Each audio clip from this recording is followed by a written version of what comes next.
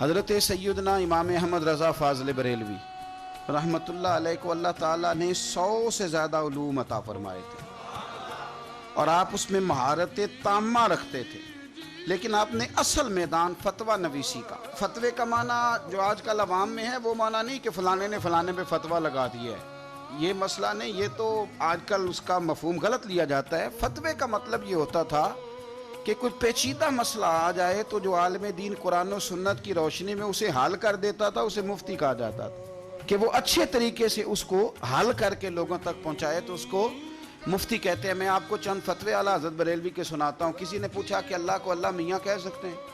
कह देते हैं ना बहुत सारे लोग, अल्लाह मियाँ फरमाता है, अल्लाह मियाँ कहता है।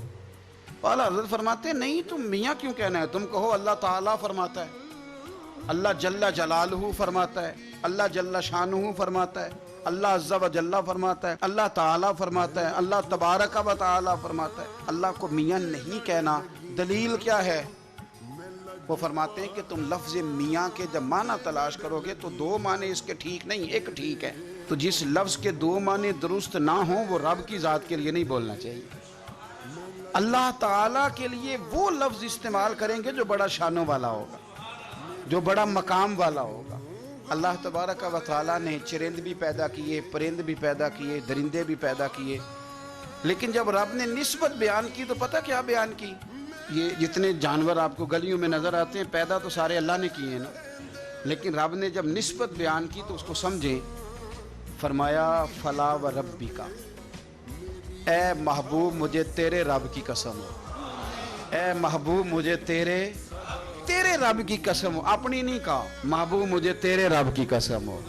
अब यहाँ जो ख़ास नफासत है और जो एक बेहतरीन मोहब्बत का नुक्ता है उसको समझे, महबूब मुझे तेरे रब की कसम हो। तो आला हज़रत फ़ाज़िल बरेलवी फरमाते हैं अल्लाह की तरफ जब निस्बत करनी है तो आला चीज़ की करनी है। ये ना कहो कि माज़अल्लाह जानवरों के रब, अल्लाह रब है, पर जब दुआ मांगो तो कहो ए इमाम हुसैन के रब, ए इमाम हसन के रब, ए मौला मुर्तज़ा के रब, ए सैयदा आयशा के रब, फिर तुम्हारा ये रंग हो। हम ना बचपन में जब स्कूल में नज़म पढ़ते थे तो हम तो पता क्या होती थी, रब का शुक्र अदा कर भाई जिसने हमारी गाय बनाई। भाई अल्लाह ने गाय बनाई और कुछ नहीं बनाया। अब ये नज़म है, आला हज़रत ने भी हमद लिखी, लेकिन फरमाते हैं जब रब करीम के लिए निस्बत करनी है तो आला चीज़ की करनी है, फिर कमज़ोर नहीं। आला हज़रत ने हमद लिखी। अब यहाँ हमद क्या है? रब का शुक्र अदा कर भाई जिसने हमारी गाय बनाई। आला हज़रत जब अल्लाह की हमद लिखने लगे तो उन्होंने गुंबद खजरा की तरफ मुँह किया।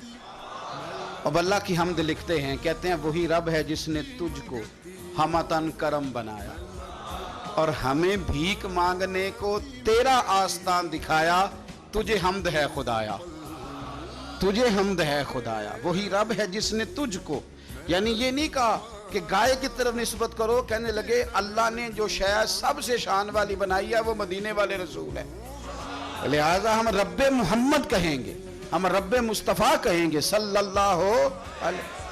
वही रब है जिसने तुझको हमतन करम बनाया, हमें भीख मांगने को तेरा आस्तान दिखाया, तुझे हमद है खुदाया, तुझे हमद है खुदा। तो आला हज़रत को जब पूछा जाता है अल्लाह की ज़ात के बारे में तो फिर वो कहते हैं कि वो जितना शान वाला है तुम कोशिश करो लफ्ज़ भी उतना शान वाला तलाश करो।